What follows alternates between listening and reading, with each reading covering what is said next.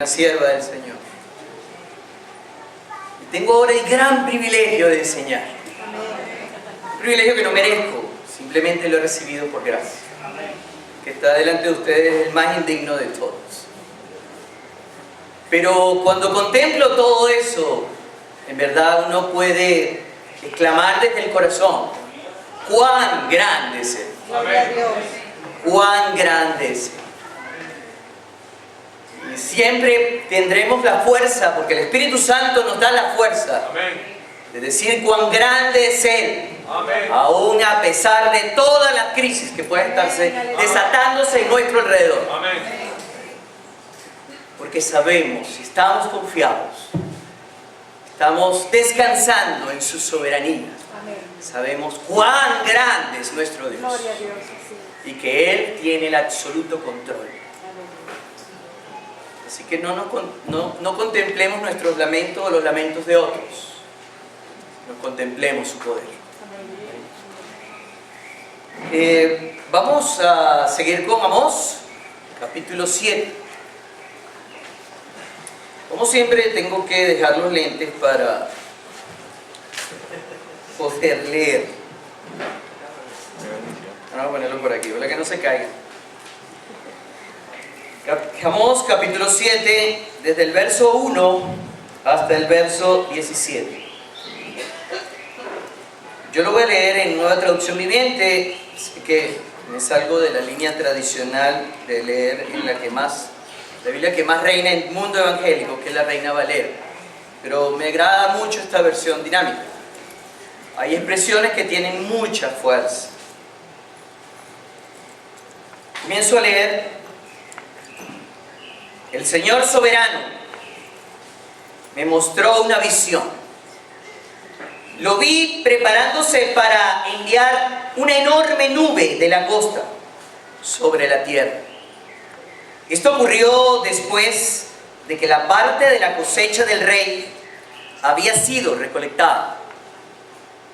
Pero cuando se acercaba la cosecha principal, en mi visión las langostas se comieron todo lo verde que se veía.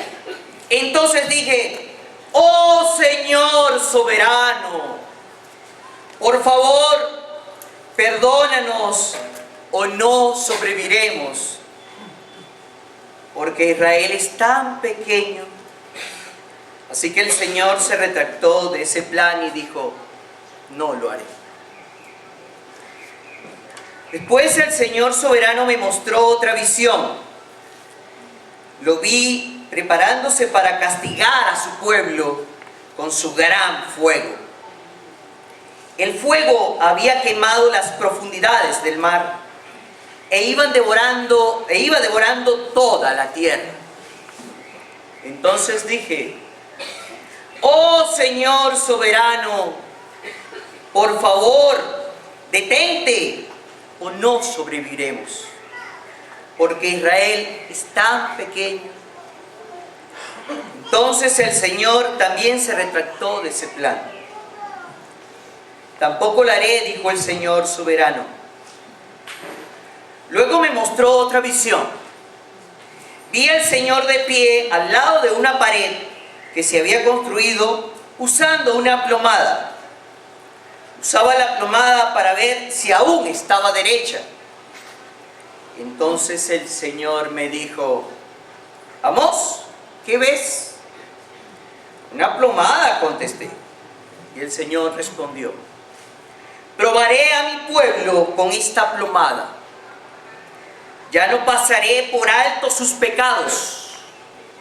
Los altares paganos de sus antepasados quedarán en ruinas y los santuarios de Israel serán destruidos. Acabaré de forma repentina con la dinastía del rey Jeroboam.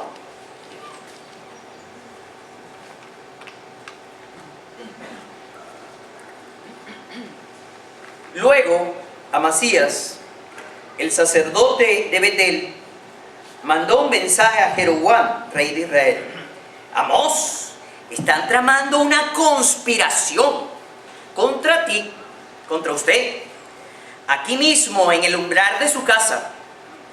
Lo que él dice es intolerable.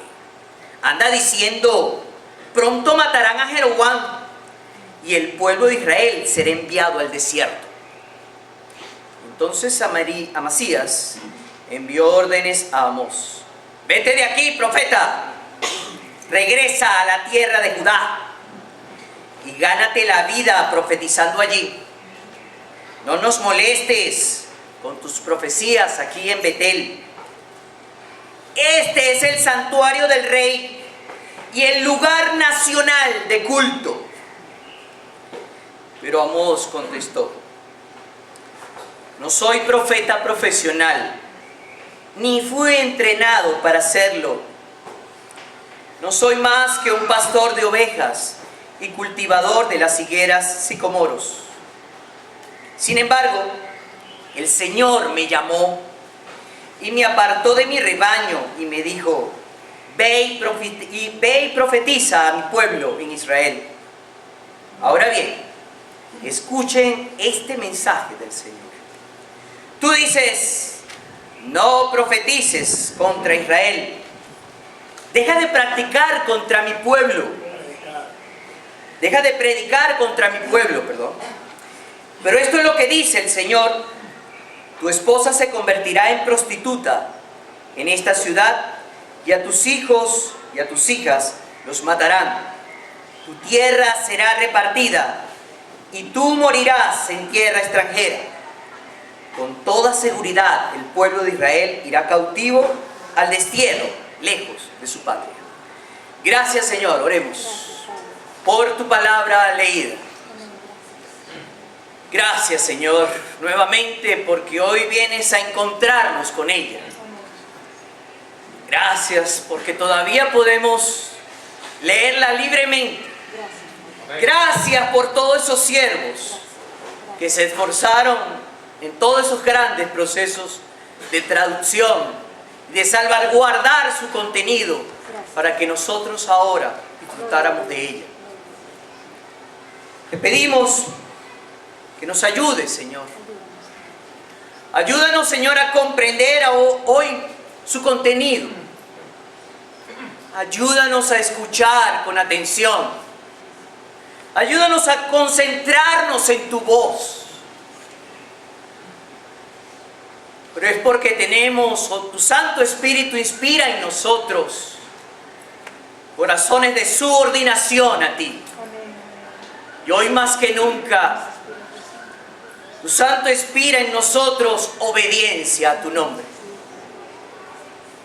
Permite pues que nuestros oídos nuevamente estén prestos a escucharte y nuestros corazones a obedecerte. En el nombre de Jesús. Amén. Yo cuando empecé a leer este pasaje me acordé mucho de un programa que vi en televisión española. Se llama Españoles en el exterior, Españoles en el mundo. Y en ese programa estaban entrevistando españoles que estaban en países orientales, en países budistas. Y lo que le preguntaba la periodista era que cómo, y él se declaraba, ese español que estaba entrevistando se declaraba como budista. Y la periodista le dijo, ¿cómo usted, siendo español de una tradición católica, ahora es budista? Me sorprendió mucho la respuesta. Porque él dijo, allá los católicos de lunes a viernes son unos troncos de pecadores. Pero después llega el domingo para la confesión del pecado. Y se olvida, pues. Y después de lunes a viernes otra vez a pecar. Bueno, ¿y por qué tú eres budista? Porque el budismo me ha enseñado que no tengo necesidad de ir a la iglesia y de confesarme para vivir una vida de rectitud todas las semanas y todos los días. También vino a mi mente una expresión que oí mucho en la universidad, sobre todo de los comunistas. La religión es el opio de los pueblos. ¿Sabes lo que es el opio? El opio es la droga. Prácticamente le están diciendo que la religión es una especie de drogadicción. Que aparentemente los religiosos son unos grandes traficantes. Pero Y a veces se condena que eso fue una de las grandes expresiones ateas. Pero yo he aprendido de la palabra que para estudiar una expresión hay que estudiarla a la luz de su contexto. Y yo me puse a curiosear de dónde venía la expresión. Esa expresión fue hecha por Carlos Marx, en una introducción a la filosofía del derecho hecha por él, su profesor. Bueno, su profesor a la distancia. Ya cuando él era estudiante ya había muerto. Pero cuando uno se da cuenta cuál era el contexto, toda la iglesia luterana y toda la iglesia católica de su tiempo estaban esclavizados, prácticamente arrodillados al poder del rey prusiano. Evidentemente que, como él mismo dice en ese texto, la principal crítica al poder es la crítica religiosa. Porque la crítica religiosa hace sus concesiones con el poder. Y eso ocurre porque una iglesia ha perdido la vocación profética que vemos aquí en el profeta Amós. Y aquí vemos dos vocaciones principales del profeta, tal como yo la veo. La vocación intercesora por su pueblo y la vocación de la resistencia al pecado. Y del pecado en toda su naturaleza. El pecado que se manifiesta de manera individual en cada uno de sus coterráneos. Y el pecado que se manifiesta en todas las estructuras del poder. Sin temor. Porque él más le tiene temor no a las estructuras de poder, sino le tiene temor al Dios Altísimo. Y saben que la principal sabiduría, ¿qué es? El temor a Dios. No importa que su vida pueda estar en peligro, su vida es completamente relativa. Lo que sí permanece eternamente es nuestro Dios. Amén. Él es el Señor del pasado, el Señor del presente y el Señor del futuro. Amén. Es el Señor de la historia. Aleluya. Y es por eso que Amós, más inteligente, no le importa lo que los poderosos puedan decir. Amén. Él es el portador de un mensaje que ellos tienen que escuchar. Pero no es un mensaje retaliativo. Conoce en profundidad el pecado de su pueblo. Contempla el pecado de su pueblo. Es un campesino, pero no es un ignorante. No confundan una cosa con la otra.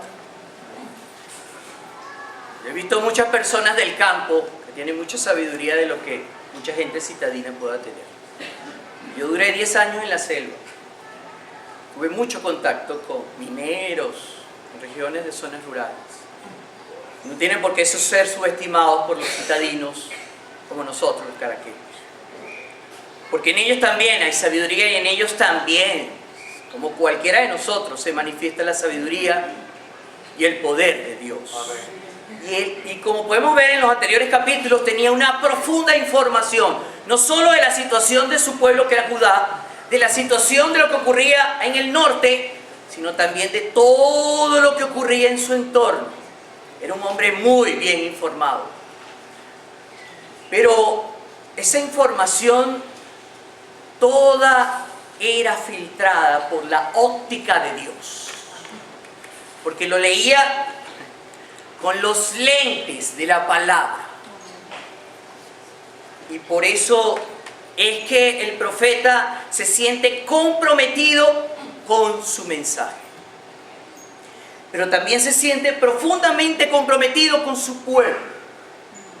Y eso es lo que podemos observar en su comportamiento de intercesión, que es profundamente conmovedor. Fíjense lo que dice en los versos del 1 al 6.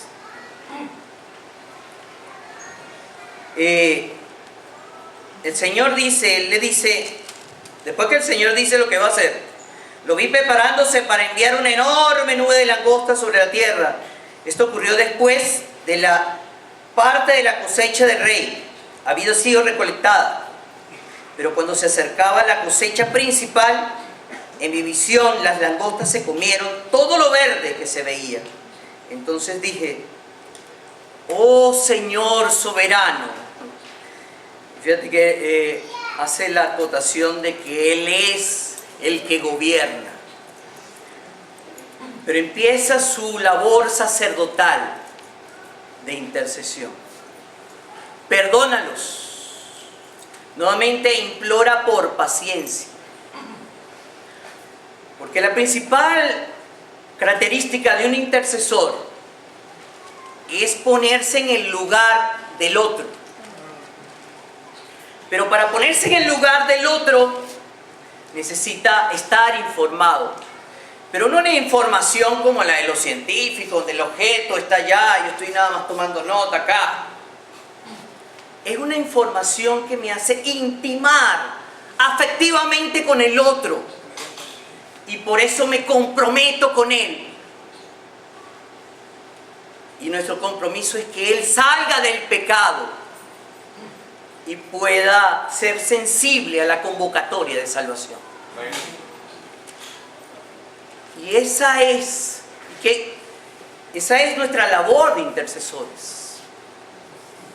Por eso el Señor caminaba de aldea en aldea. No era la comunidad que iba al Señor. Bueno, después muchas veces le siguieron pero el Señor se daba la tarea de ir hacia ellos, precisamente para intimar con su gente. Ojalá el Señor nos permita cada vez conmovernos más con nuestra patria.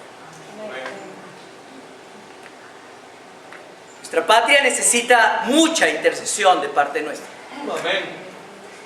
Pero necesitamos también intimar con ella. Intimar paseando. Aquí deberíamos intimar más con el barrio de Las Minas. Tenemos cerquita. O con cualquiera de los barrios donde ustedes viven. No, para nosotros no puede ser indiferente el destino de nuestros vecinos. Debemos conocerlo. Pero conocerlo con carácter afectivo. Así como era el Señor. A mí siempre me sorprende el diálogo de la samaritana. ¿Qué decían los judíos con la samaritana? Acerca de esa mujer, ¿vale? Esa mujer es inmunda. Y además es samaritana, esa gente es inmunda, ¿vale? Y es mujer. El Señor no estimó ninguno de sus valores culturales de su tiempo. Los venció. Y los venció en algo tan cotidiano y simple. Se sentó al lado de ella a conversar y a transmitirle hasta su necesidad. Tenía sed y quería beber agua.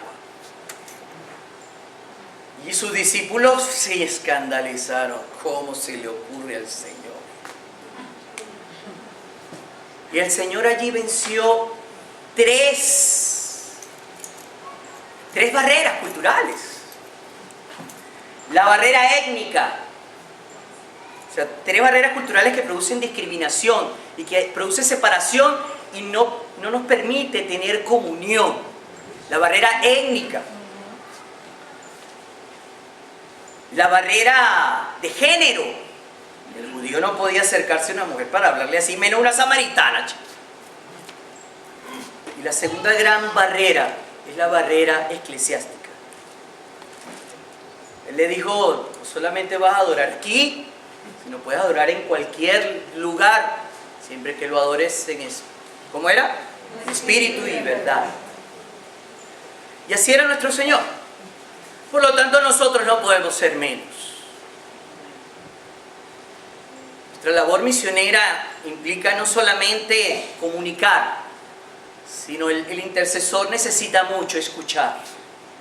Y hoy, ante esta crisis, la gente necesita ser escuchada. La gente siente que no puede conseguir de manera cercana afecto sincero. ¿Quién más sino los que han probado el afecto de Dios para transmitir el afecto hacia otros? Amén. Y esa es nuestra labor evangelizadora.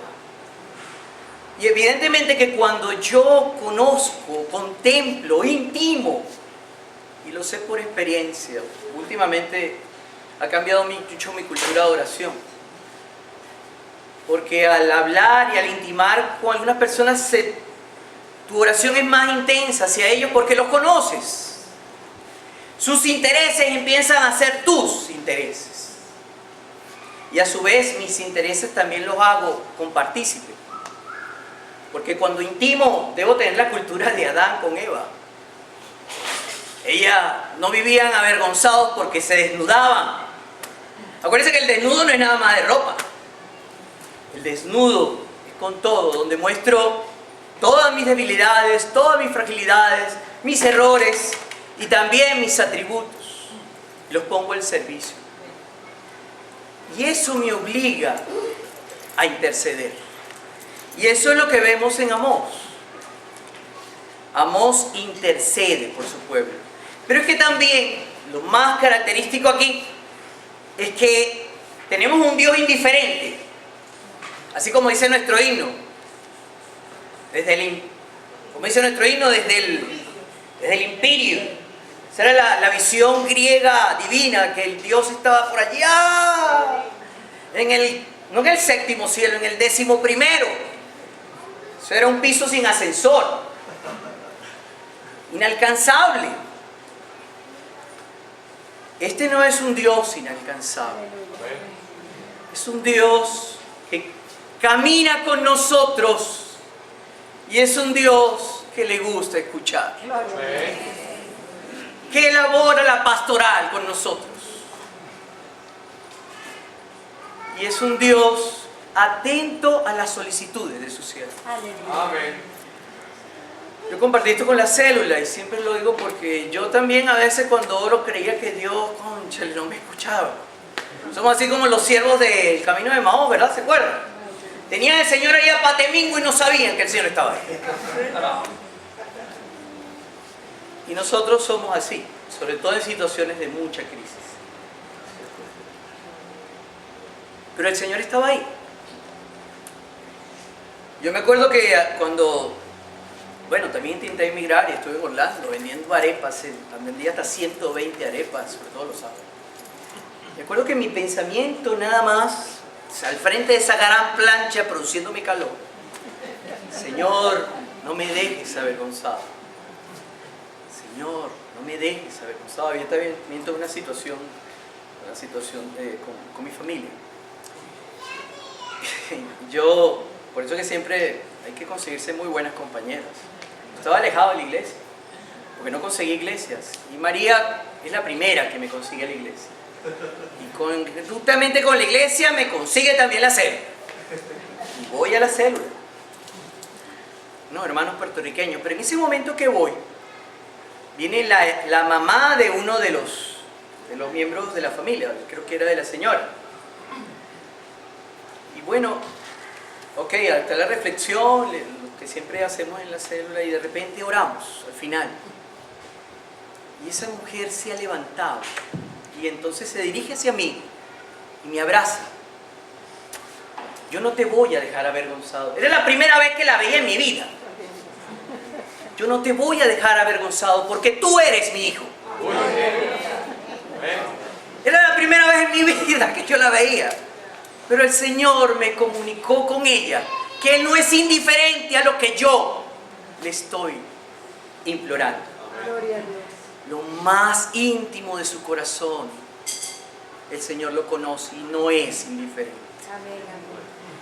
La oración más simple y sencilla, Dios la escucha. Y eso lo vemos en Amós.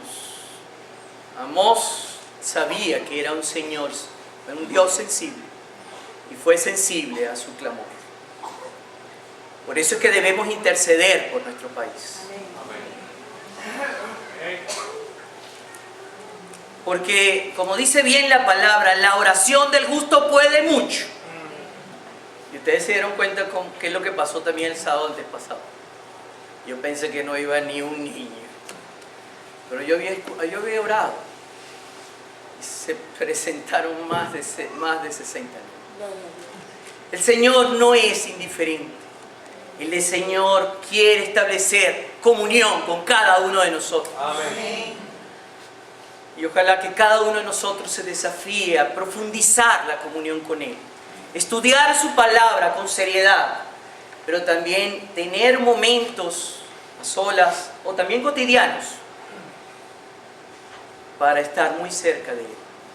Él estima esos momentos y aquí lo vemos en Job. Pero, perdón, en Amós. Pero Dios también le demuestra al profeta que no es un Dios que tolera la impunidad. Que Él es un Dios paciente, y aquí muchos predicadores han dicho que ha tolerado hasta 200 años. 200 años es que...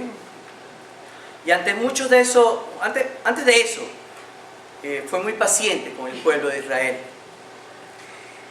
Pero en el verso 7 ya nos advierte de que hay una plomada. Algo que nos dijo el hermano Nelson en su predicación, que Dios es un Dios santidad, es un Dios de justicia, es un Dios de amor. Y esos tres aspectos están integrados. Son interdependientes. No como esas expresiones mundanas evangélicas que dicen Dios es amor, pero también es justicia. Con esa conjugación adversativa. La justicia no adversa al amor. Todo eso está metido en el mismo combo. Dios es amor, Dios es justo, Dios es misericordioso, Dios es santo. Y allá en Levítico 19:1 nos dice, porque yo soy santo, ustedes bien son santos. Y no nos ha dejado solos para esa gran tarea. Porque eso tiene mucha coincidencia con lo que dice el Sermón del Monte. Sed perfectos, mi Padre también es perfecto. Y esa tarea tan bueno es el Señor que esa tarea no la hacemos solo. Siempre es el buen maestro, el buen pastor que está con nosotros. Nos dio de su poder, del poder del Espíritu Santo. Amén. Ese mismo poder que actuó en Amós, actúa en cada uno de nosotros. Amén. Y nos conduce a la santidad. Nos va construyendo como alfarero, como la imagen de su Hijo. Amén. Por lo tanto, no hay excusa. Y ese Espíritu siempre va a actuar conjuntamente con su palabra. No puede haber revelación del Espíritu Santo sin que haya una comunión perfecta con el contenido de su palabra. Por eso somos responsables en conocerla y conocerla bien. No debemos desechar los espacios de formación. Los espacios de la escuela dominical, los espacios de los sábados. No debemos desechar ahora que tenemos internet, YouTube, en tener bibliografía útil y pertinente para reflexionar a fondo en su palabra. Porque el Espíritu de Dios no va a hacer su trabajo en nosotros si desconocemos su palabra. Porque hay otro gran estudioso que sí sabe la palabra del tepillo. Satanás es el mejor teólogo que hay. Se la sabe pero al pelo. Y como es el mejor teólogo, la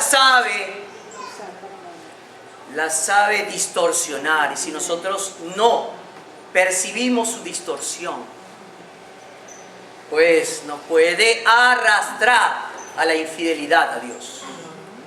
¿Acaso qué fue lo que ocurrió allá en el desierto? ¿Qué fue lo que le citó Satanás al Señor? ¿La caperucita roja? No. Fue palabra del Señor. ¿Y el Señor cómo lo contrarresta? La palabra.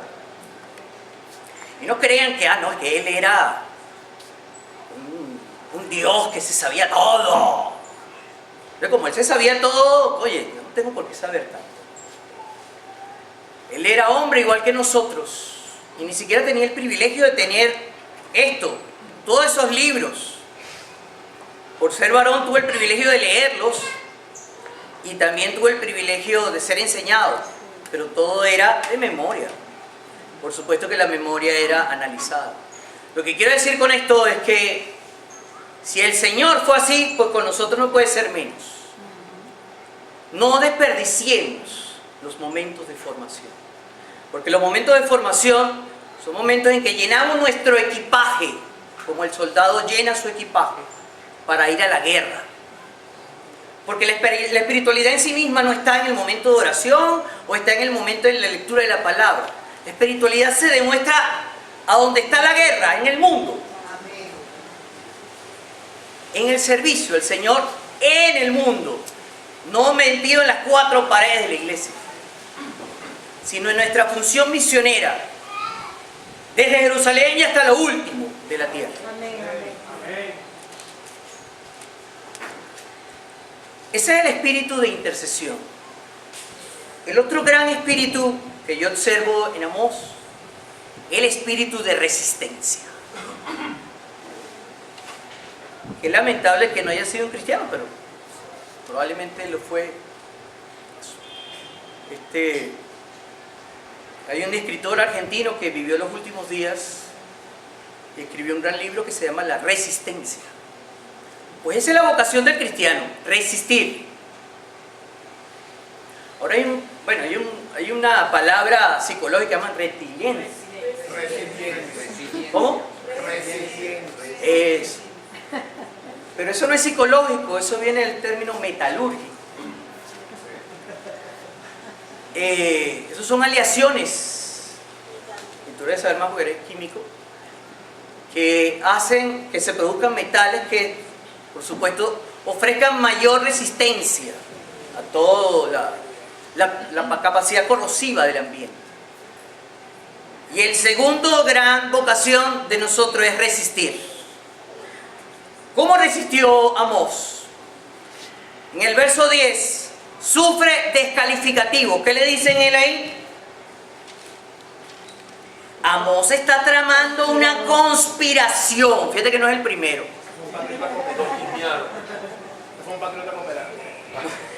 No es el primero que sospecha que están conspirando contra él.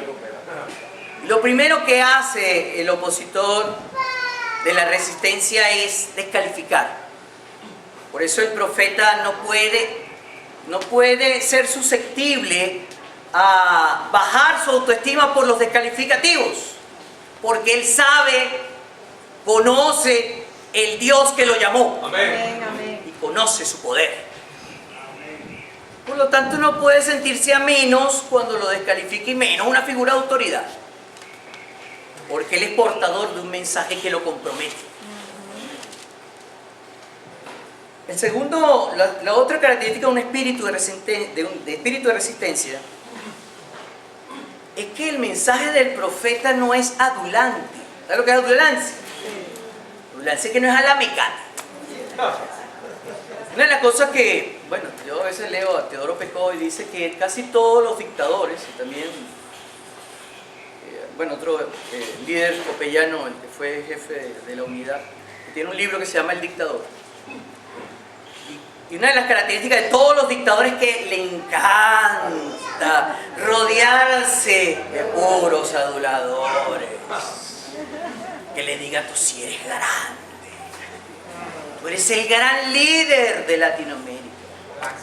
Entonces me hicieron acordar de un tío, Edgar Larriba, fundador de Copey. Él escribió un libro que se llamaba El Perfecto Adulante. Yo me acuerdo también. Ustedes quieren que Carlos Andrés les haga caso. Díganle que él es el líder de Latinoamérica. Que por él y sus palabras se mueve todo el movimiento de los países no alineados. Porque al poder le gusta saborear que le digan que él es Dios. Y eso es Génesis capítulo 3. Y seréis como dioses. Y lo peor es que ellos se empalagan ante esa gran adulancia que les crea un estado de idolatría. Pero la función del profeta es otra.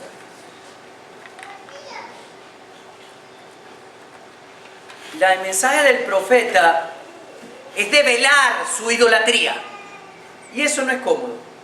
Lo que es develar, eso es Apocalipsis. Él va a develar, a hacer manifiesto su idolatría. Y hacer manifiesto su idolatría de manera evidente. No escondidito. Por eso es que el mensaje del profeta, y esa es otra característica del espíritu de resistencia, el mensaje del profeta es incómodo para los poderosos. Yo sospecho de los mensajes nuestros si no son llenos de incomodidad. Nosotros estamos viviendo, Venezuela ha sido víctima de una gran idolatría. Bueno, víctima no. No creo en víctimas. Ha escogido practicar la idolatría. Y a veces creemos que la idolatría es la idolatría de la Virgen María. Y la idolatría de los santeros. Bueno, eso también, ¿no? No estoy descalificando. Pero nuestra gran idolatría, sobre todo de hace 100 años para acá, es la idolatría al Estado. Y ese Estado debe estar precedido de los militares, porque son gente que nos lleva al orden, son gente que nos lleva a la justicia. Gracias a Dios que está ocurriendo todo esto, donde todos los organismos son militares, están llenos de desórdenes.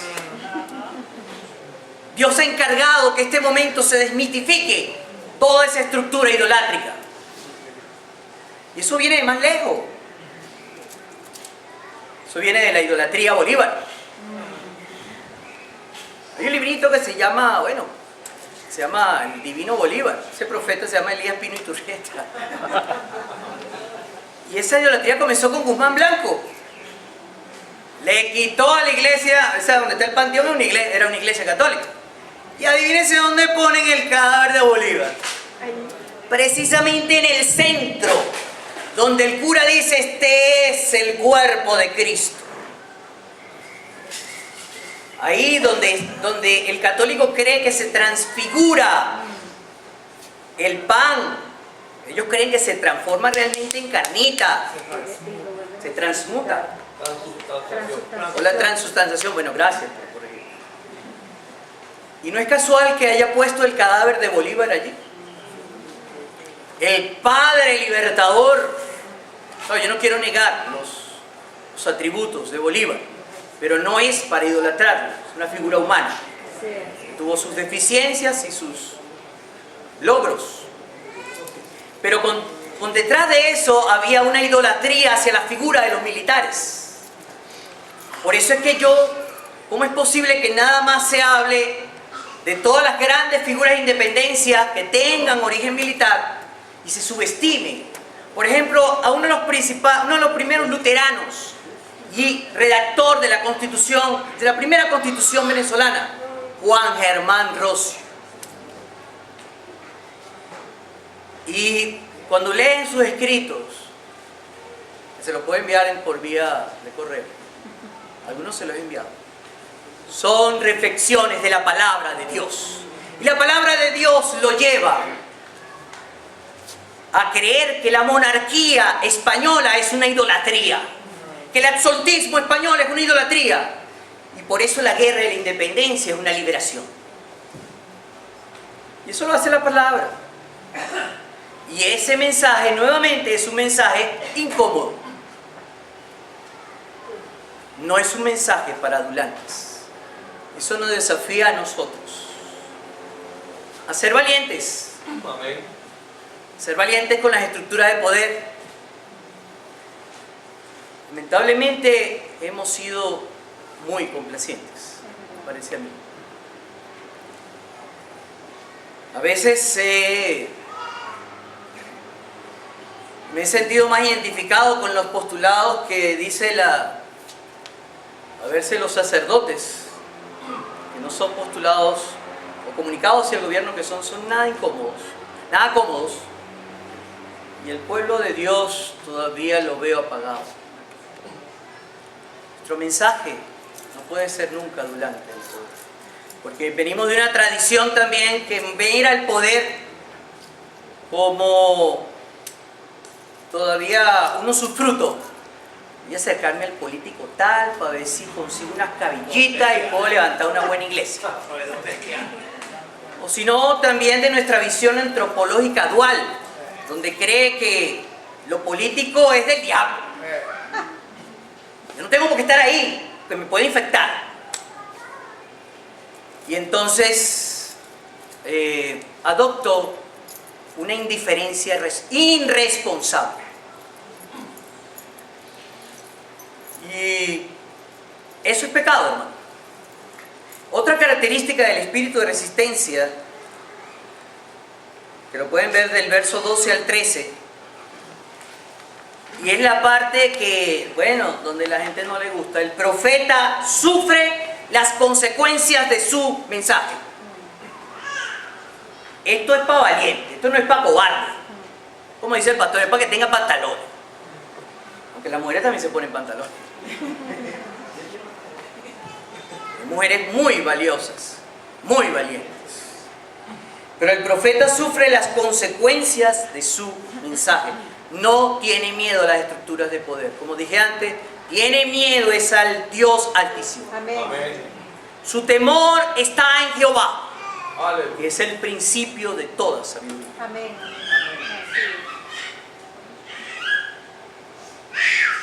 Y la otra característica del espíritu de resistencia es que no es para todo el mundo.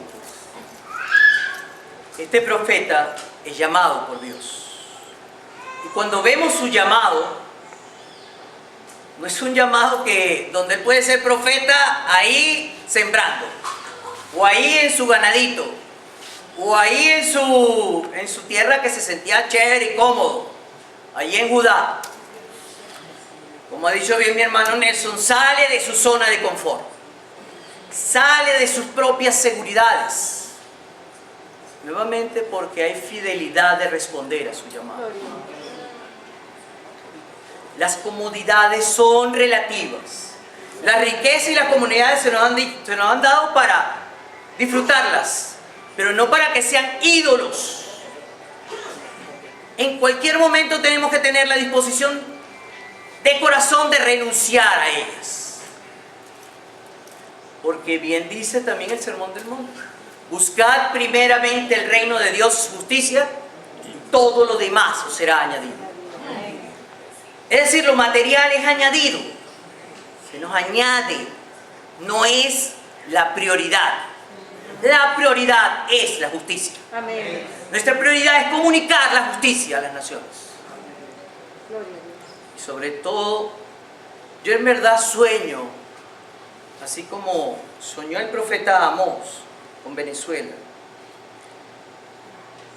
Allá en el versículo 24 del capítulo 5, hay un capítulo, es una visión poética muy hermosa. Y eso, ojalá lo repitamos poniendo Venezuela allí. Me gusta mucho como lo dice la versión, Nueva Traducción Viviente. Quiero ver a Venezuela con una tremenda inundación de justicia y un río inagotable de rectitud. Amén. Esa debe ser nuestra oración. Gloria a Dios. Gloria a Dios. Y no solamente la oración, debemos trabajar para eso. Desde todos los ámbitos. A ver si se deja ese cuento que la política es podrida. Pues donde está la podrición, ahí debe estar la sal. Porque la sal, la primera vocación de la sal es paralizar, frenar la pudrición. Si no estamos donde lo podrido, ¿qué carrizo sirve la sal? Para darle más saborcito, porque esté sabroso. Ay, no.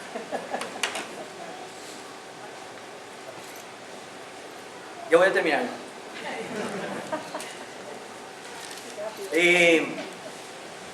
La otra cosa que les he dicho, y yo quisiera repasarla, pero le va a quedar como tarea, es que el profeta está comprometido con su mensaje. Ahora, ¿cuál es su mensaje? Es principalmente la restitución del pacto que Dios ha establecido con su pueblo. Y ese pacto no es un pacto que me lleve en sacrificio para que ese Dios le baje su ira, o que cantemos chévere, o que tengamos un ayuno de 50 o 60 días. Porque realmente en el día del juicio yo nunca veo a la derecha los grandes teólogos, los hombres que saben griego y hebreo. A mi derecha solamente están los que ayunan 60 días. A mi derecha están los que le salen callo en esas rodillas. Está eso. A mi derecha están los que atendieron a los hambrientos, los que atendieron a los enfermos, a los que atendieron y le dieron hospitalidad al extranjero. Eso que está ocurriendo en la frontera colombiana es pecado. Así es. Los que visitaron a los presos. Es decir, lo que determina la relación con Dios es unas relaciones de calidad humana, con con nuestros semejantes, con nuestro prójimo, con nuestro más próximo. No podemos ser indiferentes. Y eso es lo que dice, y eso es lo que dice Levítico 19, y eso sí se lo voy a leer. Vamos a Levítico 19. Ya estoy terminando.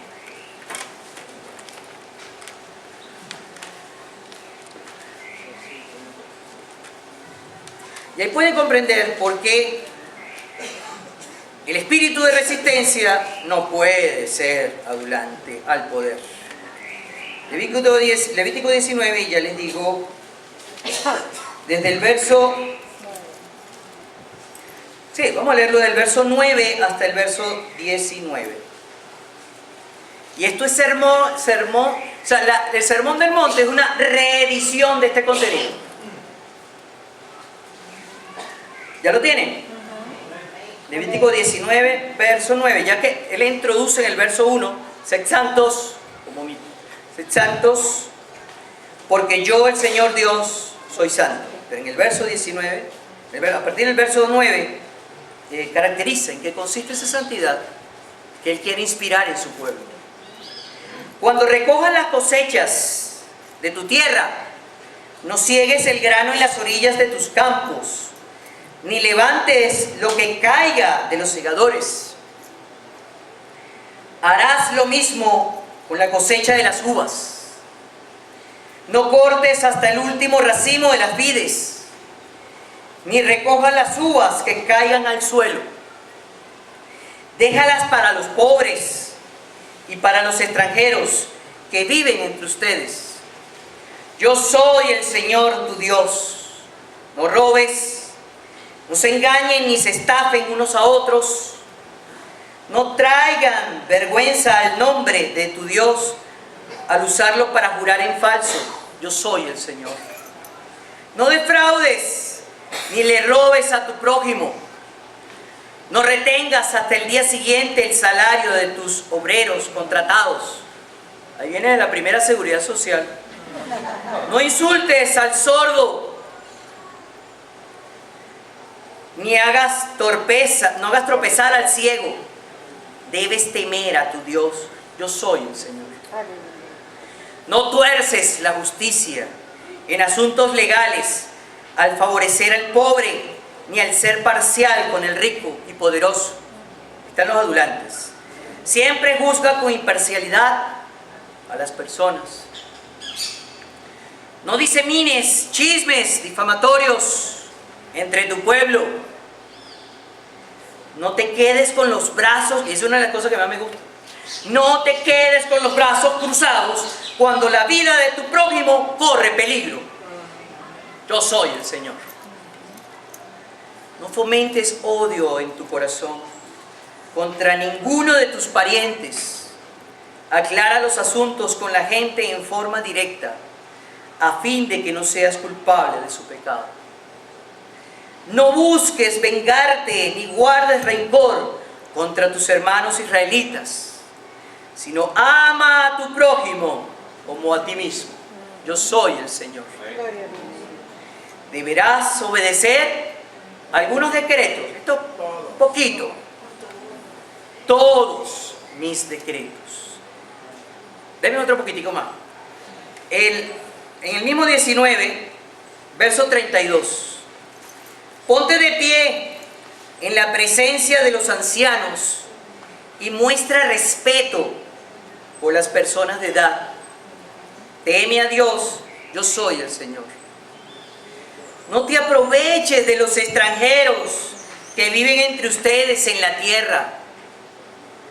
Trátalos como israelitas de nacimiento, y ámalos como a ti mismo. Recuerda que una vez fuiste extranjero, cuando vivías en Egipto. Yo soy el Señor tu Dios. No emplees medidas falsas cuando midas de la longitud, el peso o la capacidad. Tus balanzas y pesas deben ser exactas. Tus recipientes para medir materiales secos o líquidos deben ser exactos. Yo soy el Señor tu Dios. Y otra vez recuerda, quien te sacó de la tierra de Egipto. Asegúrate de obedecer todos mis decretos y mis ordenanzas poniéndolos en práctica. Y ya esta es la tercera que digo para terminar, pero la cuarta. Estamos llegando a la cuenta. Pero le voy a dar una tareita, pero le voy a leer práctica de la tarea. Hay un personaje en el Antiguo Testamento, ¿se recuerdan de Job? ¿Cómo era Job? Job era justo. Ese hombre fue muy justo, lo dejó su mujer, se le murió sus hijos, perdió todo. Ahí no había seguridad social, perdió todo. Pero hay unos capítulos en la Biblia donde habla por qué era justo. Habla un poquito de su autobiografía. Pueden leer el capítulo 29, 30 y 31. Y solamente le voy a leer para terminar ya una porción del capítulo 29, que es muy hermosa. Vamos para Job.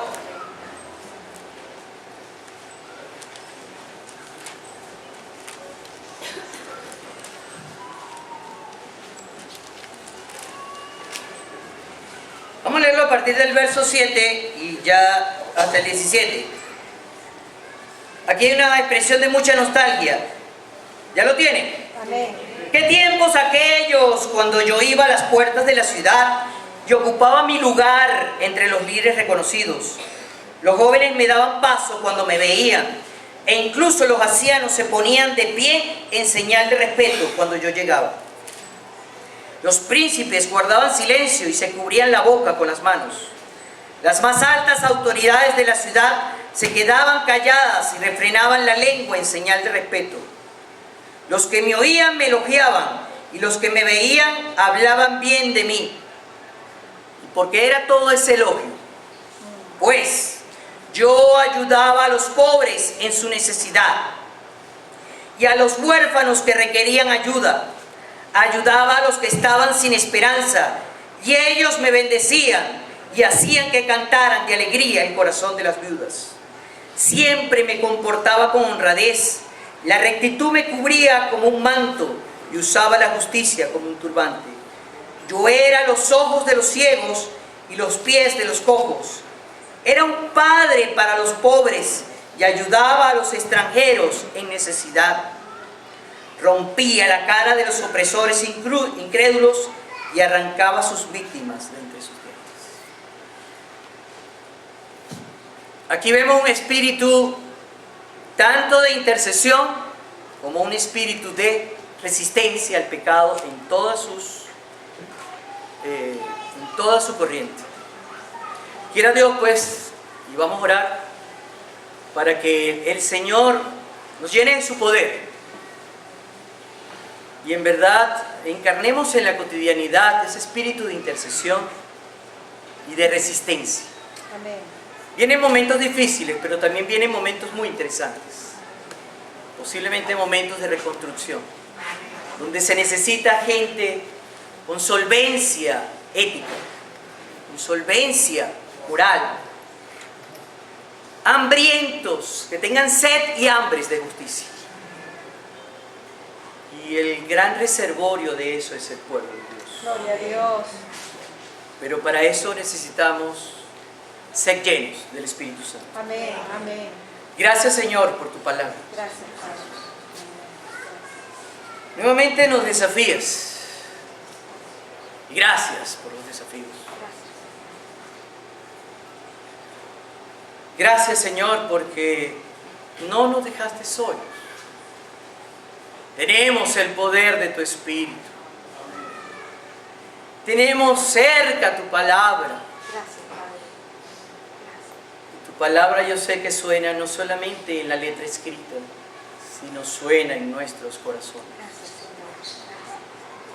Suena en nuestra capacidad de decidir. Ayúdanos, Señor, a no ser necios, sino a ser siervos. Ayúdanos, Señor, a humillarnos delante de tu presencia. A ser obedientes. Tu palabra también dice que solo los valientes arrebatan el reino de Dios. Ayúdanos, Señor, a tener amor a nuestro pueblo, el pueblo que por tu gracia nos vio nacer. Bendice a todos los que se han ido y permite que allá muy lejos también se desafíen a llevar las nuevas. Amén, amén. Pero los que nos quedamos aquí, ayúdanos a construir tu justicia, Aleluya. a construir tu reino. Amén. Que seamos un conjunto de ciudadanos que señalan con su presencia, con su actuar cotidiano, el reino que está por venir. Amén, amén.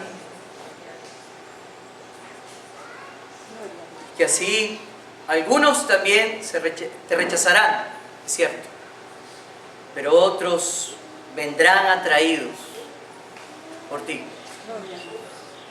Y tú, así nos podemos encontrar lo que tú has escogido desde el principio del mundo a esos escogidos. Amén.